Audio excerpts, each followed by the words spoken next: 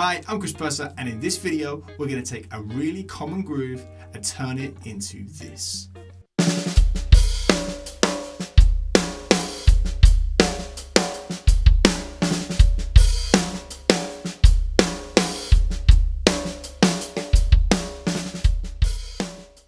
So in this video, we're going to take a very common groove shape that we hear a lot. That would be this.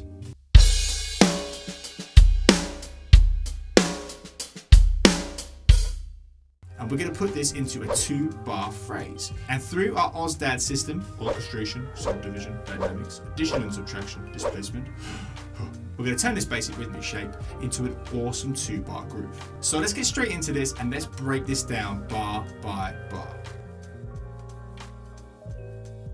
So in beat 1, we have a hi-hat and bass drum together with a 16th note ghost note snare drum, bass drum and hi-hat together, and we are lifting that hi-hat, thinking of that as one E and.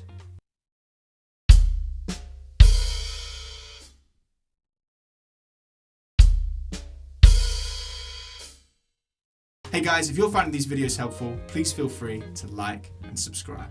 On beat 2, we have our first backbeat of hi-hat and snare drum together. This is also where the hi-hat lift in the previous beat will close. We then have a 16th note ghost note, a hi-hat on its own, and then a 16th note snare drum, which is going to be accented. We're counting this as 2 E and A.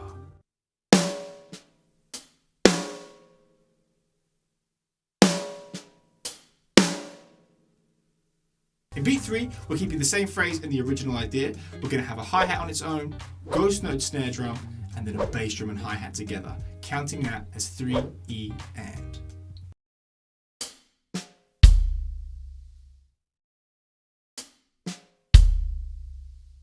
And finally, on beat 4 of bar 1, we're going to have a snare drum and hi-hat together, and then another snare drum and hi-hat together. Both of these played with accents, and we're going to open the hi-hat on the last snare drum. So we're going to count this as 4 and the and of 4 is where our hi-hat lift will take place.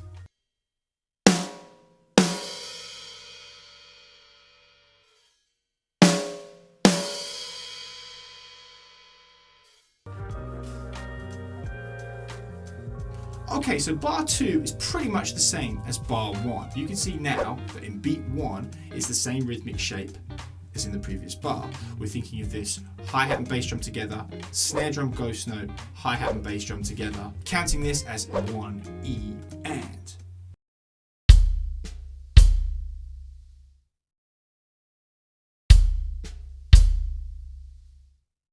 Beat 2 would be exactly the same as the previous bar, thinking of that 2 E and A. So we're going to go straight to beat 3, which is where we're going to have our hi-hat on its own, snare drum ghost note on its own, then a hi-hat with a bass drum, and then a bass drum on its own. So we're going to get 2 16th note bass drums now on beat 3. So we now count that 3 E and A.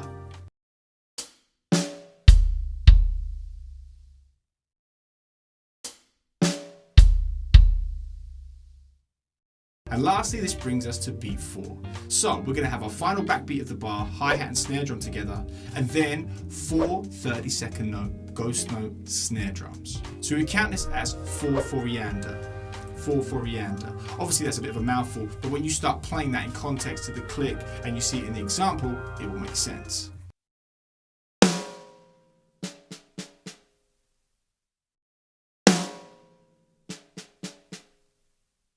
The last thing to note is if we look at it as a whole 2-bar phrase, you can see there's a pickup. So this means we're playing 4 snare drums before the actual 2-bar groove starts. And all those 4 snare drums are the last 4 snare drums of bar 2. So we can see at the end of bar 2, that is happening right at the start. We're using that as a pickup. Once you've played that, we don't play it anymore. It just becomes part of our 2-bar phrase. So let's hear it all together nice and slow.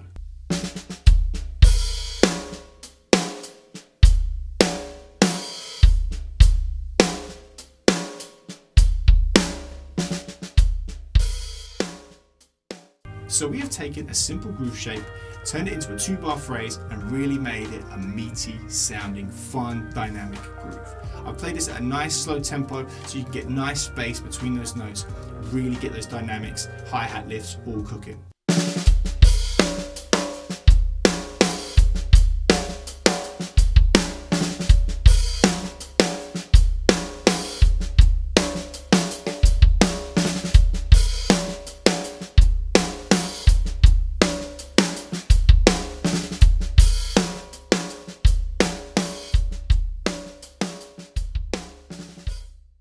Give this one a practice, it's a real fun one to play. As always, that PDF link will be in the description below. I will also leave a link for the other videos I've done using this basic groove shape and ways we can develop it. So there we have it. Thanks for watching another video. Don't forget to check out the other content on this channel. Happy practicing, stay well, and we'll see you soon.